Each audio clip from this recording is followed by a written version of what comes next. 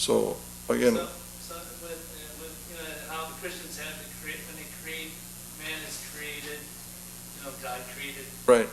And heaven and earth. Yeah, there's no creation story. Does Buddhism have any kind of relation? How did humans ever get created? Yeah, so in Buddhism, it is a constant creation. It is a constant process of creation. There's no a priori, something that happens before. See, in Christianity, there is this idea of prior to the first instant, and that's God. What happens prior to everything else. But in Buddhism, there's no beginning point. There's no end. It is in constant process. You had a question. Yes. Even for a deluded sentient being, how does one recognize true reality? Okay, so for a deluded sentient being, how does one recognize true reality? I mean, that's what Shinran said. That's why he said, "I'm Bombu. I am a foolish being. I am Bombu." And so the only thing that he could rely on was this promise of Amida. He recognized his own foolishness, constantly engaged in activities that would delude his own delusion, further deluding him.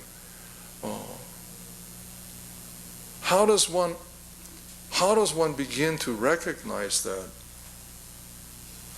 I guess it's to, through our experience.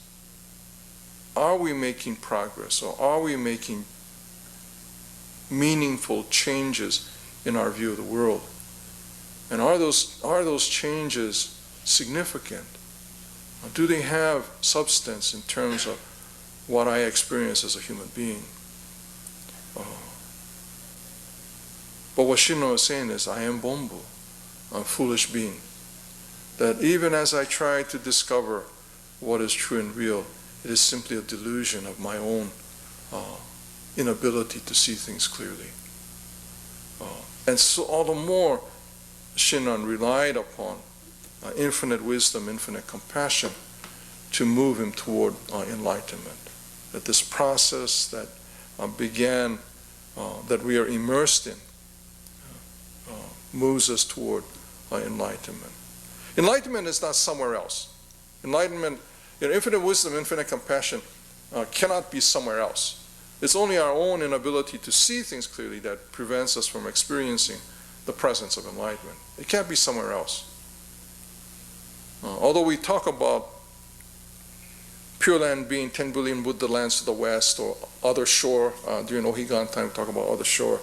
I think that distance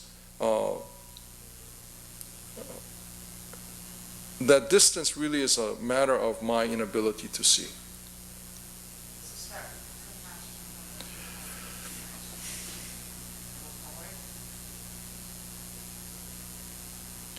I think where we can, we practice compassion, but understanding that compassion really comes from me, that it's a need that I have, that acting in behalf of another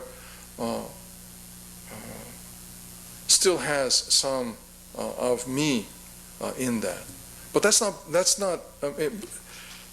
it's not bad. It continues to it helps me to better understand what I am. And acts of compassion should never be thought of as something that we should refrain from. Always moving out into the world as best as we can. I like the image of Shakyamuni Buddha getting up from underneath the Bodhi tree. I mean, he got up. He didn't just sit there to enjoy his enlightenment, as was, the legend is that Shakyamuni Buddha, one of the most difficult arguments he had from Mara, to stay underneath the Bodhi tree, to not share what he had experienced, was that nobody would understand. But he said, well, okay, nobody may understand, but there may be people that will. And so he got up from underneath the Bodhi tree. He didn't just get up. He thought about it. This was something that he struggled with, and he thought about it. He got up from underneath the Bodhi tree to share what he had experienced with others. And the statue of Amida Buddha also leans forward slightly implying this kind of dynamic nature to enlightenment. And then this issue, Kai Hozo. Kai Hozo, these three characters on this plaque. Kai means to open up. Ho is the Dharma, and Zo is storehouse. To open up the Dharma storehouse, share the benefits contained within. Shinran thought of himself as Bombu, that my acts of kindness contains within it poison. The poison snakes are contained within this pretty picture. But if we are aware of that, then we can still act. We can still do something, try to do something. It may not turn out as we expect, and we often in our acts of kindness may actually cause greater harm. But we become mindful of what we're doing and try to, as best as we can, to behave in such a way that sustains life, that nurtures life, rather than destroy or cause harm to anyone. Okay, we're done. It's 11 o'clock. Thank you very much, and thank you for your questions. Any last questions? Not hard ones. Good. Okay, you're being pushed. What? Your question?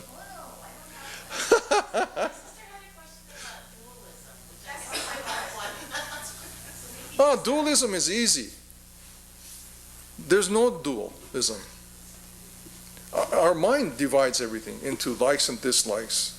That's why, shunyata, emptiness, right, is the state that is freed from that dualism. It's our likes and dislikes that, again, is that view of the world that separates things out. And so we have this dualism. But it's really a matter of my preferences that sets up this separation. When in actuality, that's why there's no separation between enlightenment and unenlightenment. It's the unenlightened being's perspective that sets up this dualistic kind of